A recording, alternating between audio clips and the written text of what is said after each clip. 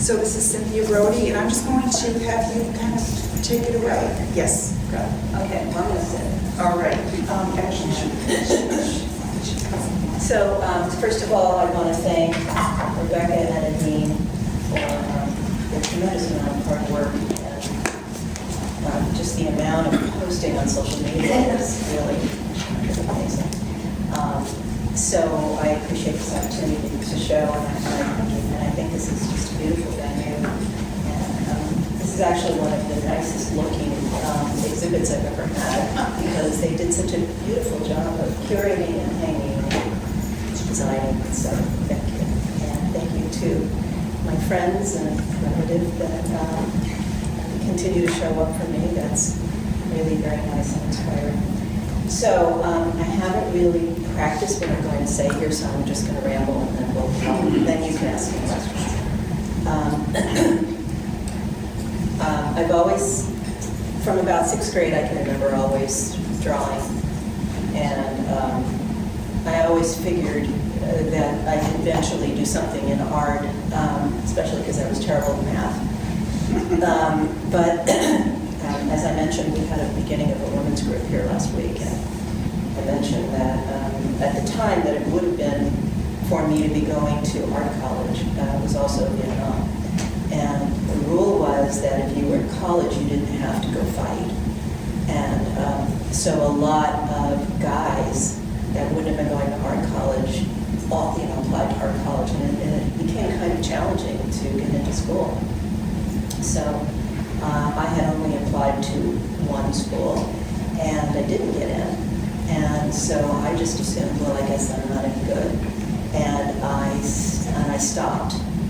And this happens a lot with young people. If they don't get the encouragement, they just go anywhere. So I ended up... I'm sorry, excuse me. Could you speak up just a little bit? Oh, okay. I thought I was speaking pretty loud. Anyway, I ended up getting a degree in teaching that I never used because I never wanted to be a teacher. And then when I was 24, I was in a consciousness raising group. And when it was my turn, I spoke of the sad story of how I was going to be an artist, but then I didn't get in. So I guess I'm not. And the woman who became my friend at that point, sitting next to me, just said, "Why don't you quit bitching about it and just do it?" And I said, but I'm 24. Isn't it too late? And so I did. I started doing it. And I've never been that interested in doing straight painting. I've done lots of drawing, but I don't know. I've just always been more fascinated with combined materials.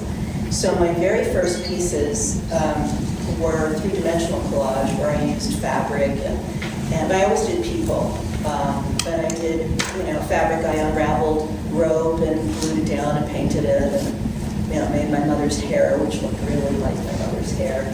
And but I soon, I kind of grew tired of that. I thought it was a little crafty. And I just, on one piece, I just glued down one piece of photograph photography, and I was sort of off and running. So, so for the last 40 years, I've been combining photography and acrylic paint. I started with oils, so I couldn't handle the smell. So acrylic paint and photography, and what I try to do is use photographs that have a texture that could be used as something else. So now I take more of the photographs myself. Originally I didn't. I used a lot of found stuff from old National Geographics and then used them completely out of context. Snakes as a mountain, and all kinds of weird stuff. The weirder the better.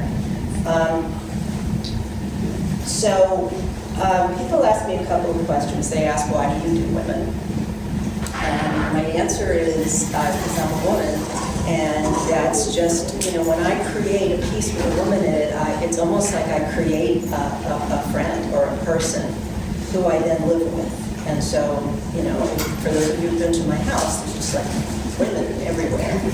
And it's company for me. And the other thing is that I use the faces of women from the Victorian era who are no longer living, and I give them a whole new life. I bring them into the present or even the future, because they're surreal, and I give them a new life. And I thought today I printed out a couple of things because people ask me, well, like, what did you start with? What's in there? So I'll give you, and I don't know how much of this you'll see, I can also pass it around, but, so this one is from the Empress of the Forbidden City, and this was inspired by a trip to the Peabody Essex Museum. I think it may have just closed. So the Empresses of the Forbidden City was the show. It was up for several months, and they had all of these robes on big dowels,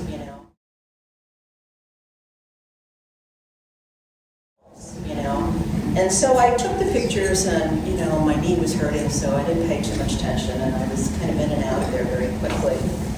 But then when I got home and I looked at it, I thought, I bet I could do something with this. And so the photographs, let me start by holding that up, and then I'll pass it so everyone can kind of see. So this is the robe that I chose to use. So I took a photograph of it, and these days what I do is I like to do a rough on my iPad mini. So I take the images and I start to construct something on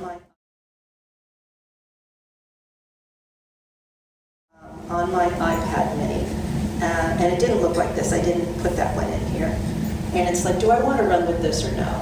If I really love it, maybe I should run with it. Sometimes it's like, well, what else am I going to do? It's done, But then I push myself to do it. So I used, I found this woman's face, which I changed digitally and then painted. This was that headpiece that I chose. Then I decided that I was going to use the Great Wall of China in her robe.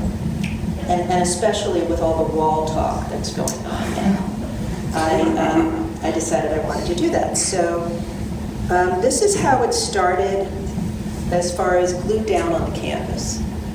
So what I did is I looked up all of my images that I saved, and then I had to print them to scale, and that's often challenging, like what scale is going to work right in the whole. So I'll give you this to pass around. But, so like in this piece, I started with the glued down part, and then the whole rest of it is painting. Tying it all together with paint. I never cut. I don't cut my photographs. I always tear, because if you tear, you can't find where the edge is. And a lot of collage artists like their collage to be easily seen, that it's collage. I like mine not to be seen. And I also like the tension between what's real in a photograph and what's painted, so that it's coming and going all the time, and it's tricking you, So that's this piece.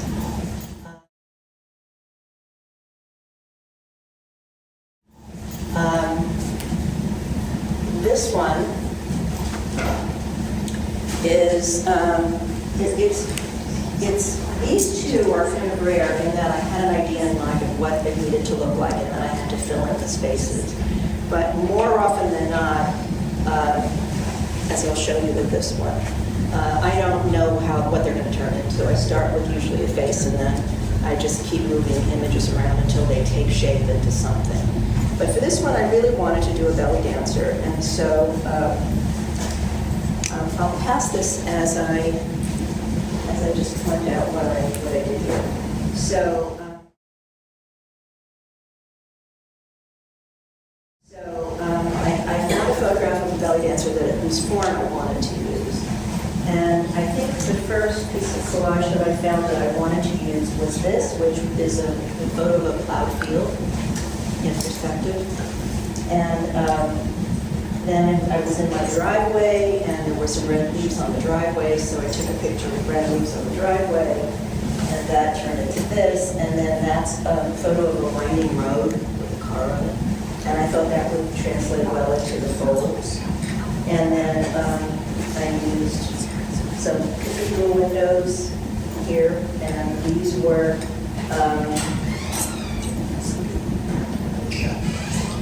thank you. I'm sorry. Thank you.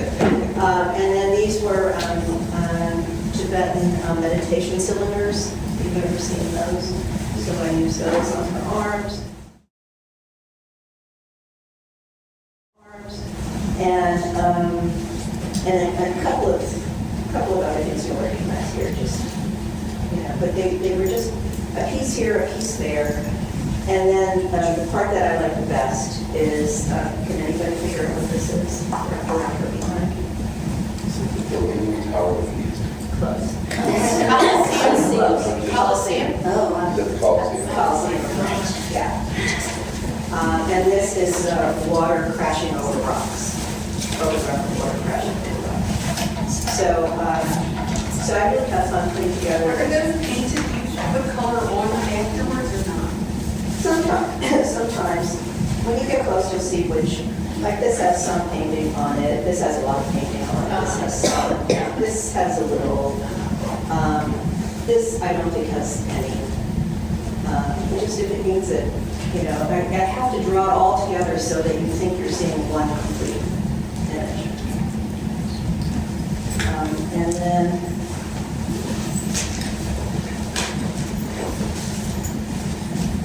This one is an example, a better example of how I usually work, which is, I don't know what's going to happen. So this, I got two. Yeah, I ordered it for you. Oh.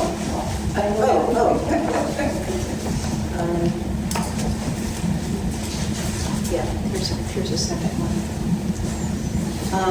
So this one, I don't really remember, you know, what I was thinking, because I'm not thinking. And this is pre-iPad. So for most of the years that I was doing this, I would just sit on the floor and rip out, you know, have a big box of things I ripped out of magazines, and then just start like, oh, this might work as a sleeve, this might work as a leg, this, you know, and move it around 1,000 times. That's the way I used to do it. And so every time I move something, the whole story would change.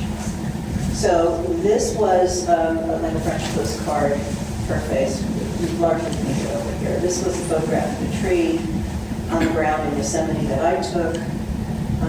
This was a Buddha statue. I especially like putting in little fun things that people probably will never see. But this photograph, which just looks like a detail on her skirt, was a bunch of Japanese women doing a tug of war. So those are all of their sleeves and their heads. And then this is rocks, and when you get close, you'll see the rock climbers are climbing up her skirt, which I kind of like that anyway.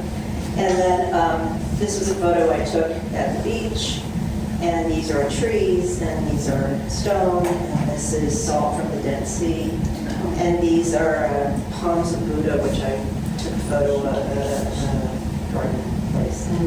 And then I'll, you know, move it around, and then I go, okay, I think that's probably what I want to do. Then I have to glue them all down, and then starts the process of painting where I have to title.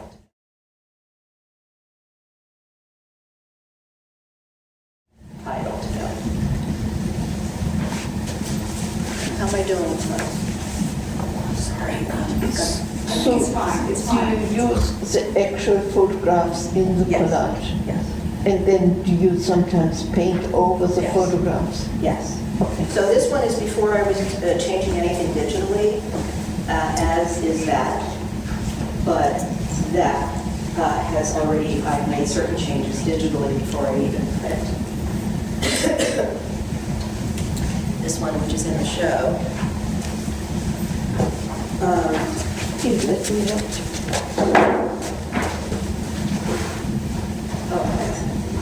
So this one, I like the idea, she's called Diva on the Rocks. And I used rock stuff that I had photographed, this in Australia, which was huge. It's out of proportion here. So this was in Australia, and this is at Bar Harbor. Cadillac Mountain, we're on. So that was that. And then I started with her head, and she may be, I'm forgetting her name now, they just did a documentary about her. She was a movie star. Hedy Lamarr, right? Who? Hedy Lamarr, yeah, it might be Hedy Lamarr. This looks like maybe it was the way her dress looked, but it's actually, she ends like over here. And then this is all rocks. These were all photographs of different rocks and plant formation and things that I put together to look like it was her dress. So I will ask you, who had it, yeah. If you have questions about any of the pieces here that you'd like me to answer, or anything in general. Do you, once you have taken the photograph, if you need it at a larger scale, do you then print it to scale? And do you have your own printer?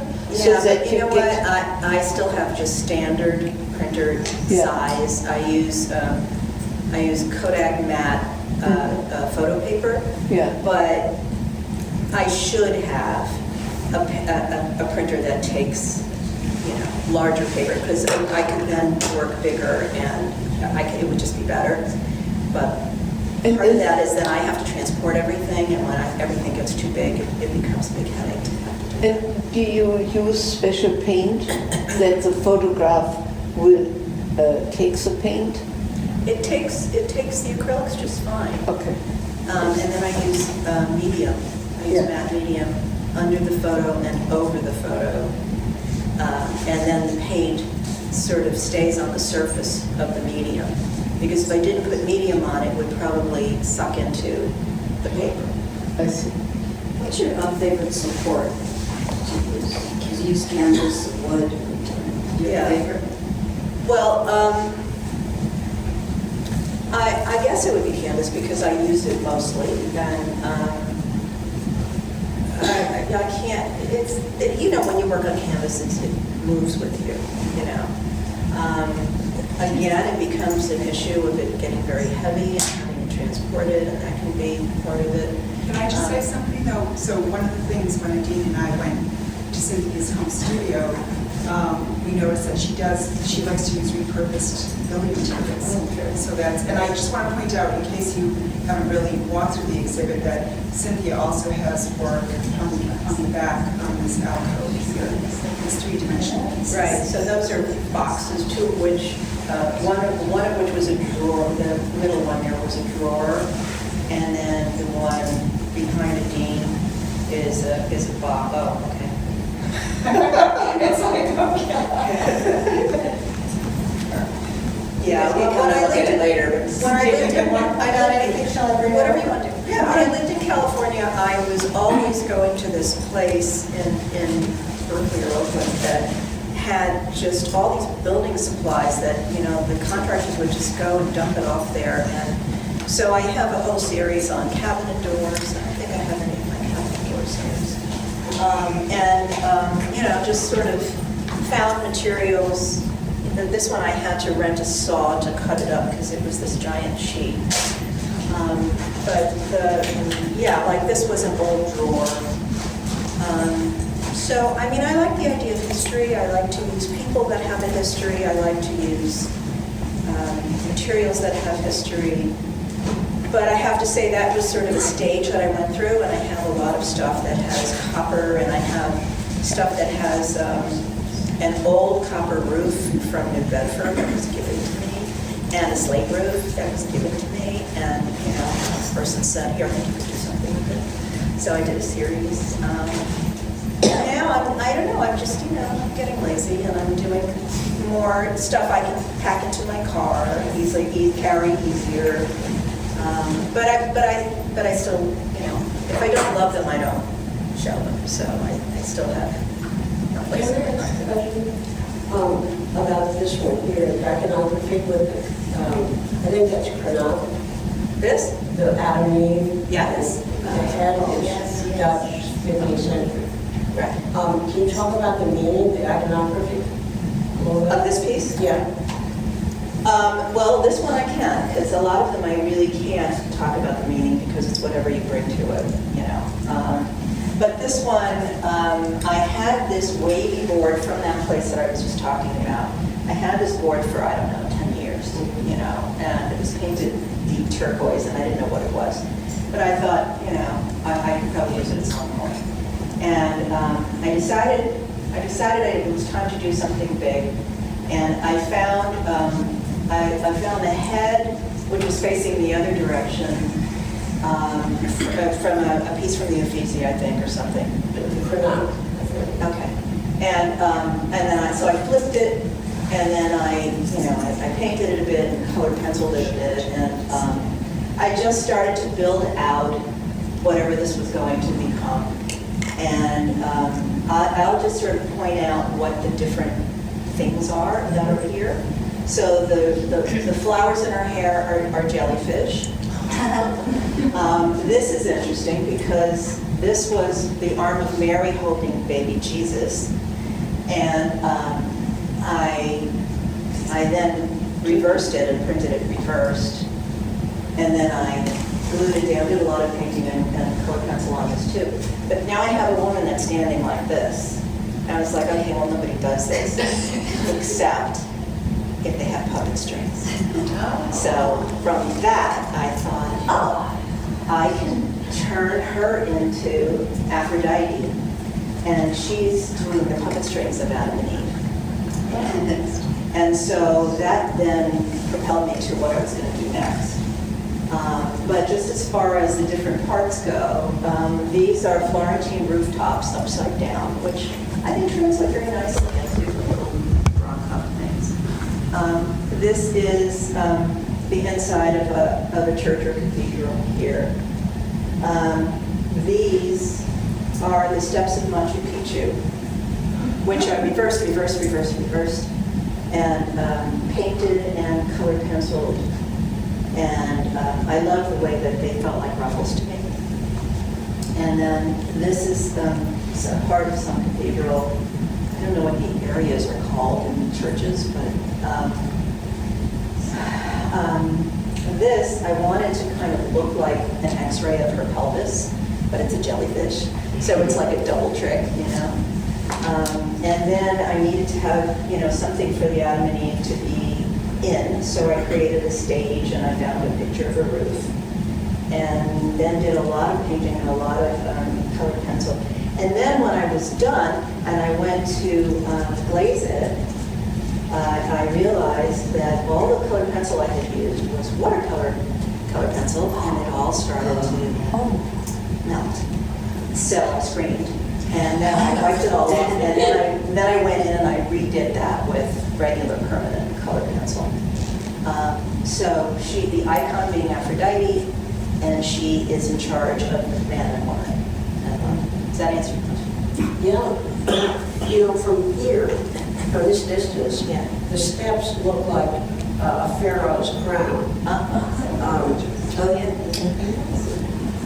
I was thinking maybe one more question, if anyone has one, and then we'll move on to the next artist, and there'll be time to talk with Cynthia afterwards. And also to walk around and look at her work, more closely to see all the detail. How long did you take to do that? To do this one? Well, at least a month. I can't remember exactly because it's been a little while since I did it. But that's the question that I got asked the most last weekend, was how long did they take? And in school, they told me that you should say whatever your age is. But they range from, a week to a month or more or less, depending on the piece. But anyway, thank you. Thank you so much.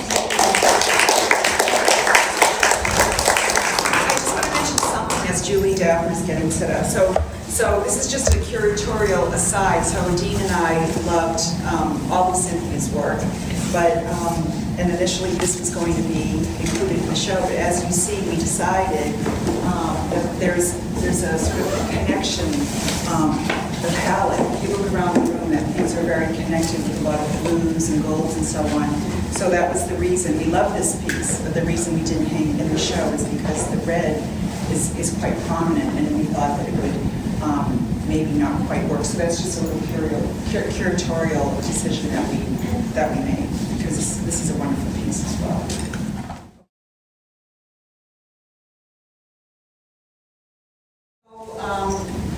I think Julie Dapper has some friends and family here in the audience. Thank you so much for my wonderful friends and my family for coming. And I'm going to read, hopefully engagingly, and then I will, talk more specifically about some of the art.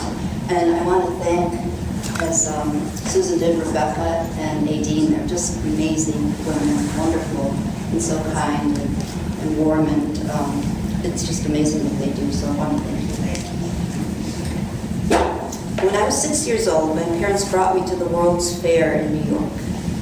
The highlight for me was seeing Michelangelo's Pietà in the Vatican Pavilion. This masterpiece had been transported from the Basilica of St. Peter's in Rome. It's the only time that that's been moved from St. Peter's. It was displayed in the center of a large space with a deep radiant blue background. This deeply beautiful statue was illuminated, and all around flickered hundreds of lights like stars. I had never seen anything so magical. I felt weightless, transported. I went back on the conveyor belt, which is what you would go through on a conveyor belt, many times. I kept going over and over. My parents were wondering where I was next, to experience this wonder again and again. I'm a self-taught artist, and it's actually only in the last couple of years that I've begun, I feel, to find my own style. I feel my true style strives to discover qualities that first moved me when I beheld the transcendent art of Michelangelo, qualities of beauty, illumination, grace, spirituality, and deep emotion. At least this is what I strive for. Another big influence on me is great literature. My mother, who's right here in the front row, she was a college professor for many years, and she used to read to me when I was small a lot of great children's books, nursery rhymes, fairy tales, Greek myths. And also when I was 4, my mother took me to see Alice in Wonderland performed on the stage. And from that moment, I wanted to be an actress. So it's the love of the theater and the love of literature, really, that has very much inspired my art. When I was about 13, I began painting large canvases with Shakespeare's plays and Greek gods, and I used to illustrate my own stories and novellas. But overall, my greatest inspiration is poetry. Poetry and music have helped me survive many years of terrible, disabling depression. I resonated in such a deep way with the great poets, most importantly for me, the 19th century poets, Christina Rossetti and Emily Dickinson. And it's interesting because those two wonderful, great women poets were born within 5 days of each other, same year. So that's really interesting. So these amazing women artists put into words the heartbreak, despair, pain, and ecstasy that I felt. They became part of who I was. I feel their poetry, I read about them, and their writing is woven into my art. They are my muses. So in my painting and collage work, I strive to discover and express a kind of visual poetry. So now I'll talk a little bit about my process, and then, but let me see, I can start passing this around. This is a collage that I'm still working on, and I'm still looking to find more layers in it, but I'll pass it around and you can see the different textures and kinds of things that I use. And this is also Christina Rossetti, who's in like 3 of my collages. That one, which I'll talk about later, and the one in back called Poet's Canticle, the big one. And This one is called Paradise in a Dream. And like I said, I'm still working on it. But I'm just going to read you just to show a little bit of my inspiration, the beginning of her poem that inspired me to write this. Because the other one in back there is based on her nature poetry. But this is about her more spiritual poetry. She wrote, once in a dream I saw the flowers that bud and bloom in paradise. More fair they are than waking eyes have seen in all this world of ours. And faint the perfume-bearing rose, and faint the lily on the stem, and faint the perfect violet compared with them. I heard the songs of paradise. Each bird sat singing in his place, a tender song so full of grace, it soared like incense to the skies. Each bird sat singing to his mate, soft cooing notes among the trees. The nightingale herself will hold to such as these. So that just shows how a poem that I know well can inspire me. And regarding the process, I love creating collages because of this discovery involved. I almost never start out with a preconceived idea of what I'm going to do.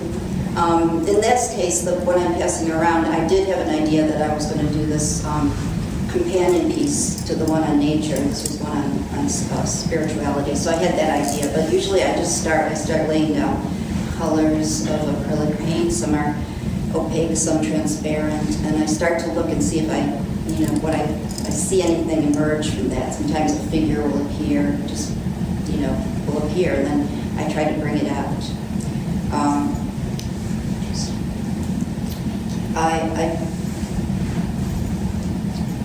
I use all kinds of, I call my art very mixed media rather than just mixed, because I really use a lot of media.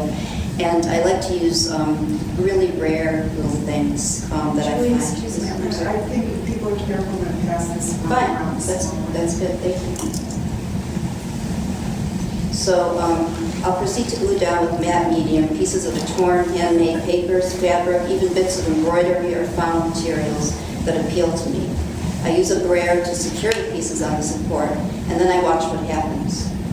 And I love when interesting dimensional layering begins taking place, and I'll show that in a moment. Usually it takes me a few weeks, at least, to complete a collage. I like coming back to it each day with like a fresh eye.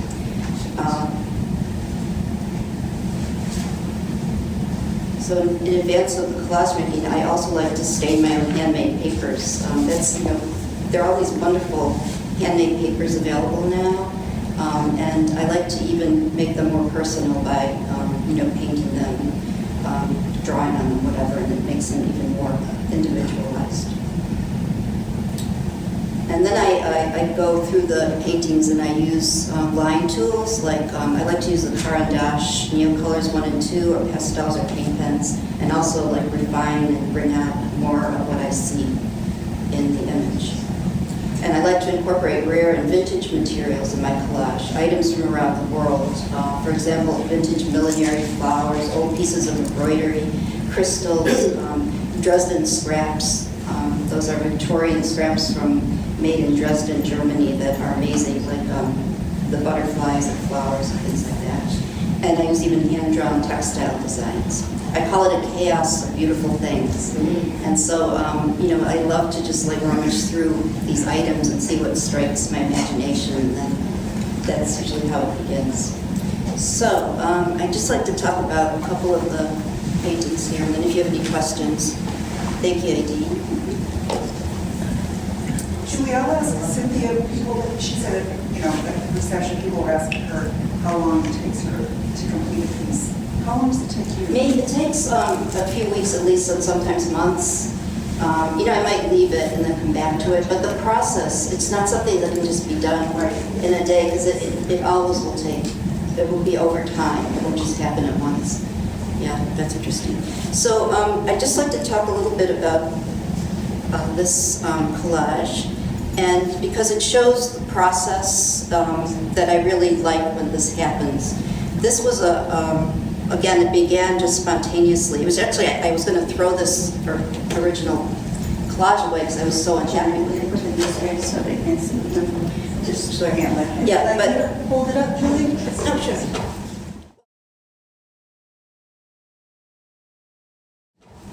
Well, I want to see it too, so I can point out.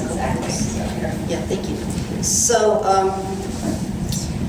this is the images of Christina Rossetti, the poet, and there are a lot of images of her, which is great because her brother Dante Gabriel Rossetti was a very famous artist and poet as well, and he drew his sister a lot because, like Emily Dickinson, we only have like one image of her, just that one, verified photograph. But Christina, there's just more possibility. And so this is her young, this is her middle age, and up here is another one of her young. It's hard to see, it's sort of hidden. The title of this is Youth Gone, and it's based also, it's on a sonnet. But what I liked about the process of this was every time I would put down a different element, it was sort of expressing the theme of youth gone. And it was really interesting. For example, these are like, look to me like wounds that are being sewn together, like sutures. And I didn't intend that, but they just came out over here, you see it? And I feel like that is reflecting, growing older. It's like things are falling apart and you need to sew them back together. There's like a netting here or a cage, which also, to me, I mean, you can see what you'd like in it, but to me that represents aspect of growing older. There's like the youth here, but she's almost like buried in a way, but she has roots and then the flowers growing out of her head.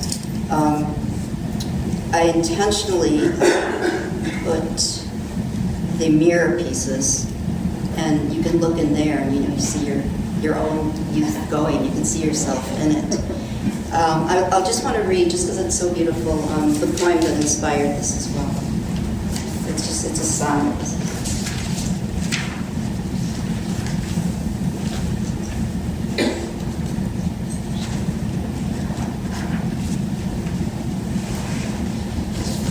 Youth gone, and beauty gone, if ever there dwelt beauty in so poor a face as this. Youth gone and beauty, what remains of bliss?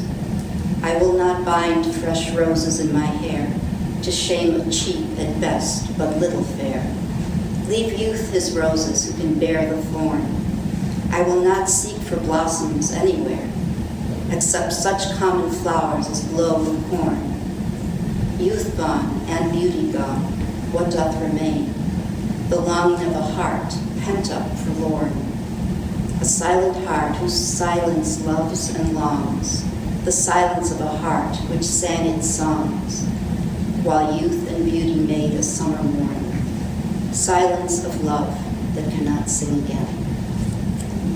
And so I memorized like so many of her poems, and they're, like I mentioned, they're a part of me. So it just came out onto the canvas this way.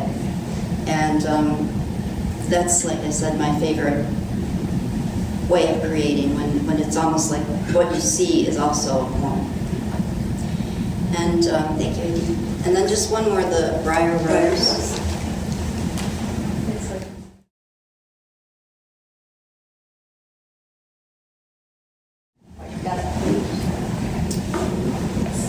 The one I'm going to show you now, I love fairy tales, as I mentioned. And this one just completely also came to be. Thank you. It's one of my earlier ones. I like to use vintage handkerchiefs because they're very beautiful. They're from the 30s, 40s, 50s. A lot of them are floral. And this one I had put down a flower, as you see it right there. It looked, at first it looked like this weird creature, and then all once I saw it as an eye, and I started, drew that profile in there. And then I put down like a rose, and then I thought, briar rose. And all this angelic figure had appeared, but if you know the story of Briar Rose, they're the fairies, right, that give her the gifts, who are like angels. And it even she had like a box there, which is like a gift. So this to me is the fairy that took away the harsh sentence that the 13th fairy gave Briar Rose. And said she will not die, but she shall sleep 100 years. So she was a good fairy. And so somehow she appeared there. Also, I had laid down this, it's like wood, that's image of wood on rice paper. And I just put it down, and then it looked like a hooded figure. And that reminded me of the 13th fairy who disguises herself as the old woman and is with the spinning wheel in the attic. And so I drew the wheel there. But, so the whole thing sort of came together as the, the fairy tale of Briar Rose. And so, does anybody have any questions? Dusty? I have a friend, Julie, who, she's an artist, and she doesn't know where to go in the morning. She'll watch a Fred Astaire video of him dancing. What do? Do you listen to music? Is there something that you do if you're just sitting there and you just need somebody else to come into? That's a good question. A lot of times it is poetry or music. Lately, I've been listening on Audible. They have like the poems of complete poems of Emily Dickinson. Can you imagine? Hours and hours and hours. And that's just so inspiring. Yeah. And even like when I was doing the Christina Rossetti, when I was working on this recently, I was actually playing Christina Rossetti's poems. And I love music. So I listen to a lot of music. Mostly, I love Cat Stevens. Anybody who knows me knows that. But a lot of, just wonderful music. And that's inspiring. I think that's a lot of inspiration comes through the poems and the music. And the poems are being read. They're They're read. actually listening to The audio, yeah. Great. Julie likes opera too. Just like come on inside. I was thinking it would be wonderful to have the poems to put them on the wall so that when people visit, That's they a can good idea. understand a little better what you were thinking and feeling. That's a good idea. Anybody else? All right, thank you, Julie. Thank And you. again, at the end.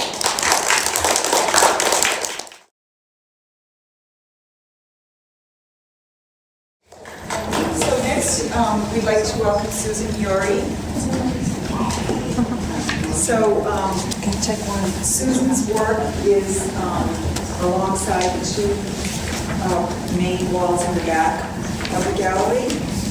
And we were very excited to get to know Susan and her work. That was the thing about this show. I mean, Dean and I have loved Julie's work for several years, but meeting Cynthia and Susan has just been wonderful. So put one up, so yeah. Okay.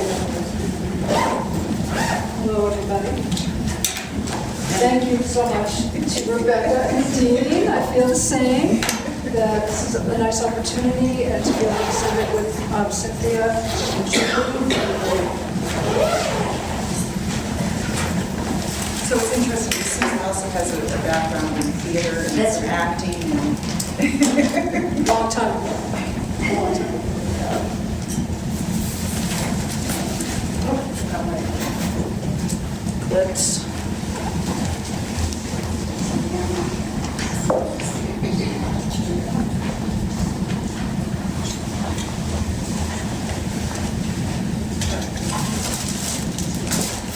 So, Susan, what's nationality is that Sayama like?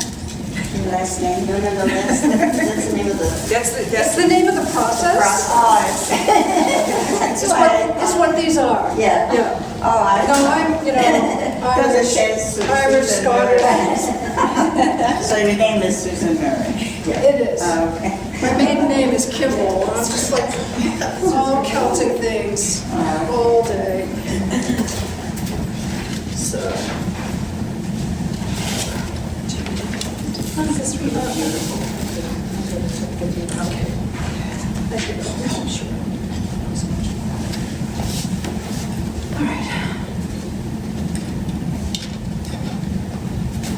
So, I'm going to put this up here, then you can see it.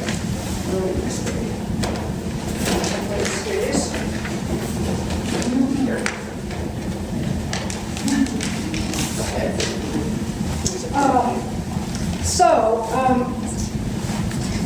The work I do, what's called a cyanotype, and it's a photographic process. It's a form of photography. It's one of the oldest forms of photography. It was invented by Sir John Herschel, who was an astronomer, and he wanted a way to reproduce his notes, and he was a brilliant scientific genius and came up with this chemical that was UV light sensitive that he could use to reproduce his notes. Other people came along and decided to use it as a photographic medium to document lots of different things. But one of the pioneers was Anna Atkins, and she did a lot of plants right on the surface, which gets exposed to the sun, and then you have this like photogram of actual plants. And I've done a lot of that kind of work in the past, but I currently use negatives. And I do the same kind of thing as Cynthia, where I use my printer, but I print out negatives on a transparency, and then I cut them all out. I take pictures of everything.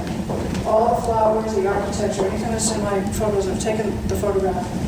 And then I create negatives in Photoshop on my computer, and then I print them out and I cut them out. I have hundreds of negatives that I can then arrange on top of this paper that I have coated myself with this UV light sensitive solution. It's called a cyanotype solution. And it's also called blueprint. It's the same process as blueprint. And I work out of my home studio. I can pass these around for you to take a look at them. And I hand coat the paper at night so that it's not exposed to any light. And I use a lot of different kinds of fine art papers. There are some made especially for this process and other hand-coated photographic process like platinum process. I use watercolor paper. Sometimes I use like a rice paper. But mostly I work in these fine art papers made especially for this process. This one is that, I think. My interest is nature and overall environment, the chaos of nature, the beauty of nature, the unpredictability of nature, and beauty. And also, just as a process exercise, I'm always, and it's a photography thing, I'm trying to get the light and the luminosity that this process has, and also the blue. The blue is amazing. It's Prussian blue. There's like different shades of it, depending on what kind of paper you're using and how long it sits out in the sun to expose. But that blue is a goal in and of itself. It's a really simple goal, but I need to get a certain blue to feel that it's done.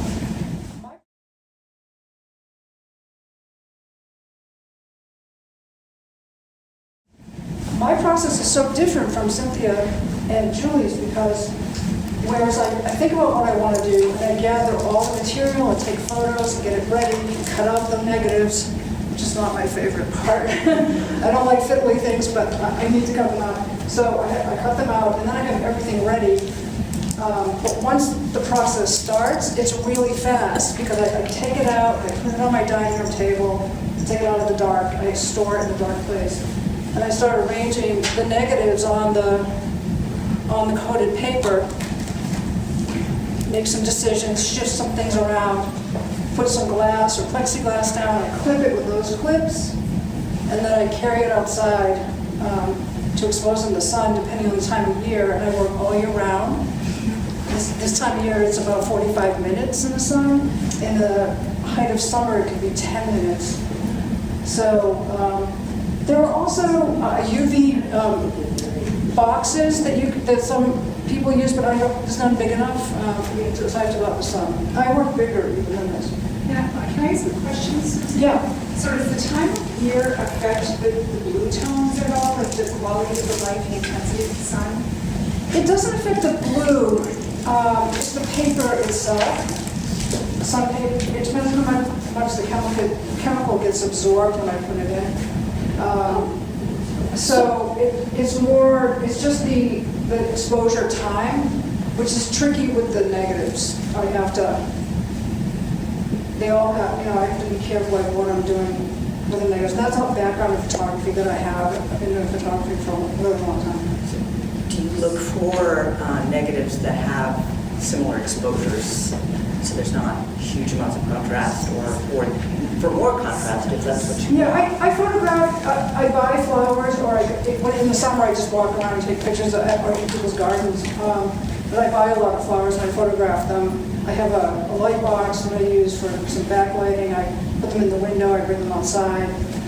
Depends on how I want to photograph them. I want to get over to the Lyman Estate greenhouse. There's some things going right now I need to get some jasmine. So do you brush on the paint, the background dark blue? No, it's a chemical. It's a photographic chemical. There's two parts to it. You mix them together, and it's So done. it looks like brush It does. And I brush it on with a brush, and it comes off this light green color. Yeah. And then once it's exposed, then I expose it to the sun with all the negatives arranged, and it's pressed down. And then I come in, and they get washed in water. So that water process oxidizes. It's another chemical reaction. It oxidizes, and the blue starts coming up. It's really, the fun part is to watch that happen when I put the water on. It's about a 10-minute wash, something like that. And you're washing away the unused chemical, and you're oxidizing the chemical. Are you manipulating the dark and light parts? I don't do very much of that. That's called spotting. I'm not spotting, it's called dodging and burning, which is something you would do in a dark room. I have done it a little bit, but I pretty much cover that with how I shoot the flowers and get different exposures. And after the washing, do you have to arrest the process? It's all done. Yeah. And it's also very archival. This will last forever. I saw the Anna Atkins exhibit in New York City. It was at the New York Public Library, and it had all of her. She made books of these. She did a lot of botanical prints and feathers and some other things, but she was a botanist, and she has all this record of botany. You may have seen, if you type cyanotype in Google, her work will come up. What's her name? Anna Atkins. She's an inspiration for a lot of people, a lot of artists who work in cyanotype. Here's another one where it's a combination of negative and real plants. I'll pass that around to you. Okay, has a question. This is a symbol. When you're printing out your negatives, it's printed out on something. Transparency. Yeah, it's overhead transparency. It's really what probably it's made for, is like, business applications. And I make negatives. I want to get a bigger printer, Cynthia. I need a bigger printer, right? We'll do it together. Don't we? Yeah, I want to print out bigger negatives. And I kind of like, it's like Monet getting bigger and bigger as his eyesight gets less and less. And so that's that one. I have another one. I'll just hold it up this way. Thank you so much for appreciating it. This one.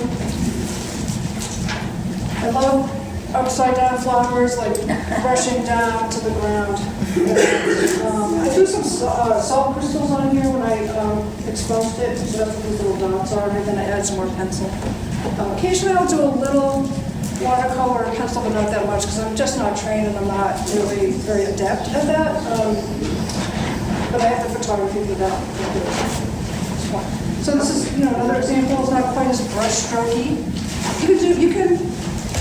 I can do it in any shape. So for this show, the aspect of the feminine is represented in these figures, which I did a little outline with a pencil looking at classical sculpture that I found online. And so I just made the lines with a pencil, and then I followed it with my brush And then, adding in the flowers. I have one more for them too.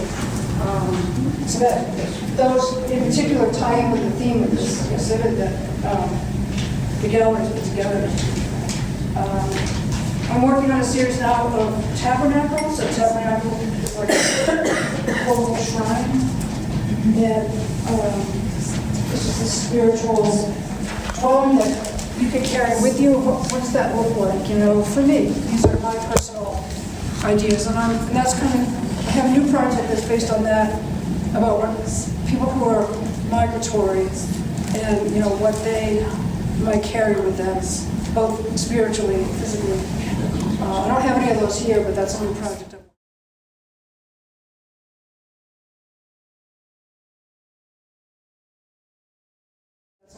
I'm working on. How do you get the chemical? You order it. You just order it online. I get it. There's a few different sources. I'm happy to let you know what they are. And is it toxic? I don't wear gloves. Some people do. It's not toxic like, I have to get some water. It's not toxic like some dark room. Well, it's sort of mild, so it's not bad. I can do it at home and feel totally fine. Yes. Scale, because I noticed your tulips in the first piece were small and just very big. I do different sizes, yeah. That's why I went to the negatives instead of just plants, well, for a lot of reasons. I wanted more detail, and also I wanted to be able to do different sizes that were outside, or really tiny. I just wanted really tiny things. That's why I want a bigger printer, so I need to go even bigger. Big flowers. And I think that's pretty much my process of, which is fabulous. Susan, everybody make sure to sign the guest book, or we can sign it if you start from this, because Susan does teach as well. I do teach the process. Yes. So if you're interested in taking a class with Susan, I don't know where she teaches in Arlington. In Medford, in West Medford at the Jerome Street Studios, and taught a couple classes. It's dependent on the sun.